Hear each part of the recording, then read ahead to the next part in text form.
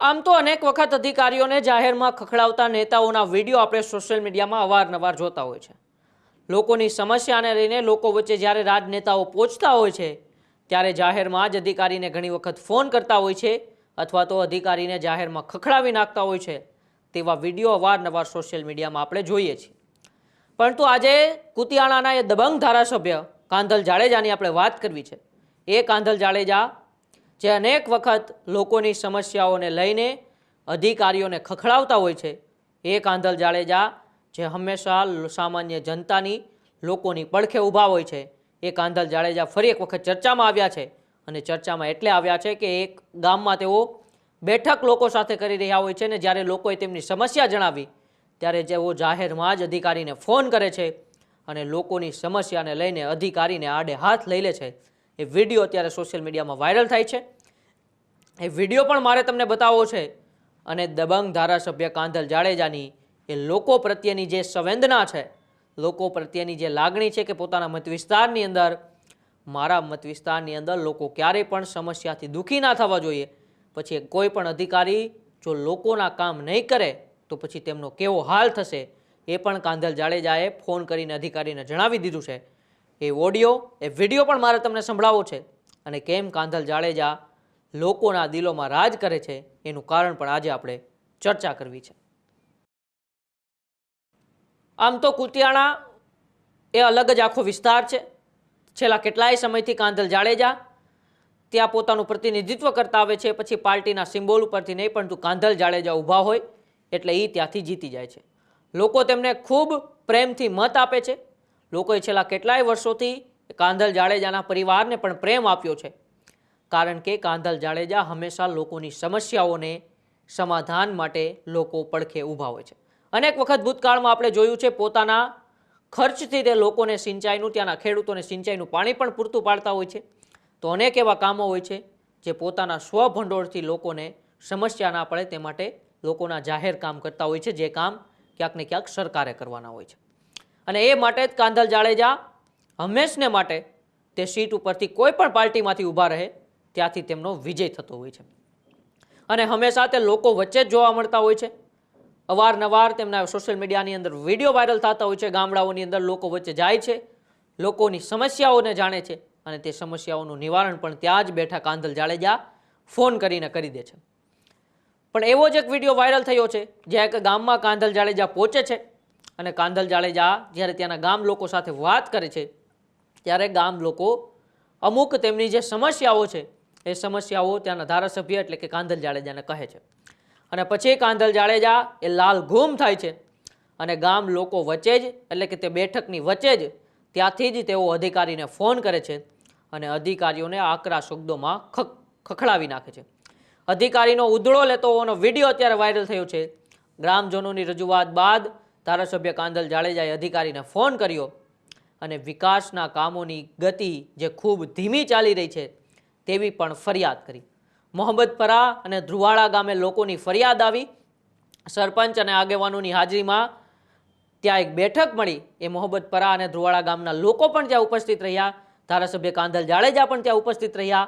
ત્યાંના સરપંચો, ત્યાંના સામાજિક રાજકીય આગેવાનો પણ ત્યાં ઉપસ્થિત રહ્યા અને નિર્ણય લેવાવાળા લેતા ગયા. હો ભાઈ, એવું કહીને કાંધલ જાડેજાએ અધિકારીને ખખડાવી નાખ્યા. આવો પહેલો આપણે વિડીયો જોઈએ જ્યાં ગામ વચ્ચે લોકોની સમસ્યાને લઈને દબંગ ધારાસભ્ય કાંધલ જાડેજાએ અધિકારીને શું કહ્યું અને કેવા ખખડાવી નાખ્યા. પેલા મેન્ટેનન્સ કરાવડાવો, મારી વાત સાંભળો તમે. પેલા મેન્ટેનન્સ કરાવો અને તમારે જીટી વાળા બાર ચેક કરો, તમને મારી વાત કરાવો, બરાબર? અને હવાના ફોરમાં 5-5 ચોકામાં હું બિંદી કરી ખોટી તમે થોડી તમે સારું લાગે. હવે ડિવિઝન વાળા ગયા તેલ લેવા મારે નથી ખબર, બરાબર? મને વાત કરાવો તમે. કઈ હમરો ટકા કામ છોટા દે, મારા કામ ભાંગી નાખે ભાઈ, કેતા નહીં કોઈ.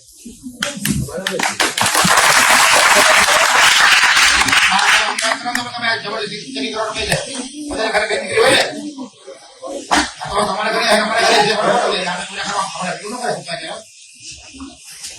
ના પડો એટલે બાર વાગે મને વાત કરાવો જાકડા મેને પૂરું કરાવો. કાંધલ જાડેજાએ જેવો જ લોકો ગ્રામજનોની ફરિયાદ સાંભળી અને પોતાનો ગુસ્સો છે એ ગુમાવી બેઠા અને ડાયરેક્ટ ત્યાંથી જે બેઠકની અંદરથી સીધો જ અધિકારીને ફોન કરે છે અને અધિકારીને કહે છે કે નિર્ણય લેવાવાળા તેલ લેવા ગયા હો ભાઈ, કામ ન કરો તો ટાટિયા ભાંગી જશે. આવું પણ કાંધલ જાડેજાએ લોકોની વચ્ચે એ મોહબ્બતપરા અને ધ્રુવાડા ગામની વચ્ચેથી અધિકારીને કહી દીધું કે લોકોના કામ નહીં કરો, લોકોની સમસ્યાઓ નહીં સાંભળો તો પછી તમારા ટાટિયા હું ભાંગી નાખીશ, એવું કાંધલ જાડેજાએ જાહેરની અંદર જ અધિકારીને કહી દીધું. અવારનવાર અધિકારીઓને કાંધલ જાડેજા ખખડાવતા હોય છે, પરંતુ એ લોકો માટે ખખડાવતા હોય છે. લોકોને સમસ્યા પડે છે એટલે કાંધલ જાડેજાને નથી ગમતું. કાંધલ જાડેજા એવું માને છે કે મારી જનતાએ મને મત આપ્યા છે, મારી જનતાએ મને મત આપીને ચૂંટાવ્યા છે, તો મારી જવાબદારી હોય છે કે મારી જનતાને કોઈ પણ પ્રકારની સમસ્યા ના પડે. અને તેને લઈને જ અવારનવાર કાંધલ જાડેજા એ જાહેરની અંદર જે પણ કરવું પડતું હોય લોકોની સમસ્યાઓને નિવારવા માટે કરતા હોય છે. અને ફરી એક વખત હવે અધિકારીઓને કહી દીધું છે કે જો લોકોની સમસ્યાઓનું નિવારણ નહીં આવે, તમે લોકોના કામ નહીં કરો તો પછી તમારા ટાટિયા હું ભાંગી નાખીશ.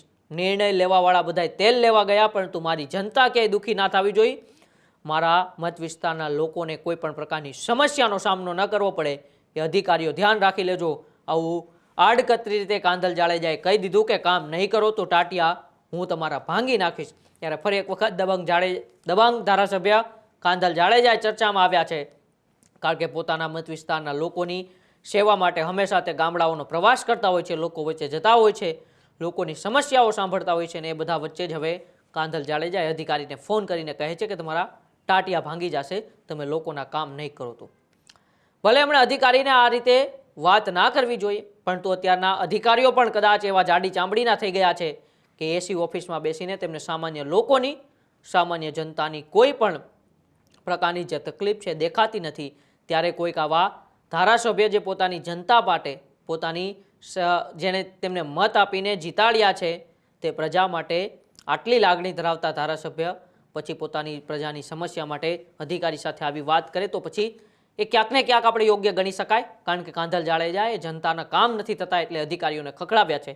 એટલે હવે અધિકારીઓ, આખા ગુજરાતના અધિકારીઓ હોય કે તે વિસ્તારના અધિકારીઓ હોય, તેમને પણ ધ્યાન રાખવાની જરૂર છે કે જો લોકોના કામ નહીં કરીએ, સામાન્ય જનતાની સમસ્યાઓને આપણે ધ્યાનમાં નહીં લઈએ, તો પછી ક્યાંક ને ક્યાંક કાંધલ જાડેજા જેવા કેટલાય એવા રાજનેતાઓ છે જે પોતાની જનતા સાથે ખૂબ જ લાગણી ધરાવે છે, પોતાની જનતાને સમસ્યા ના પડે એની માટે હંમેશા કાર્યરત હોય છે, એવા જનપ્રતિનિધિઓની, એવા રાજકીય કે સામાજિક આગેવાનોની ઠપકો સાંભળવાની અધિકારીઓને તૈયારી રાખવી પડશે. અને અન્ય ધારાસભ્યોને પણ શીખવું જોઈએ.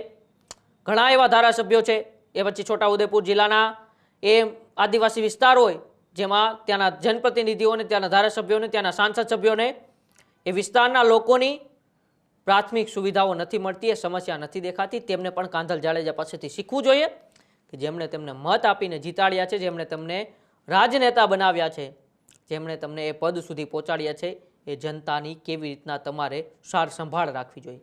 એ જનતા માટે તમારે ગમે તેની સામે લડવું પડે તો લડી લેવું પડે. એ જનતાની સમસ્યાનું નિવારણ માટે તમારે ગમે તેને ફોન કરીને ધમકાવવા પડે તો ધમકાવવા પડે, કારણ કે એ જનતાએ તમને ત્યાં પહોંચાડ્યા છે.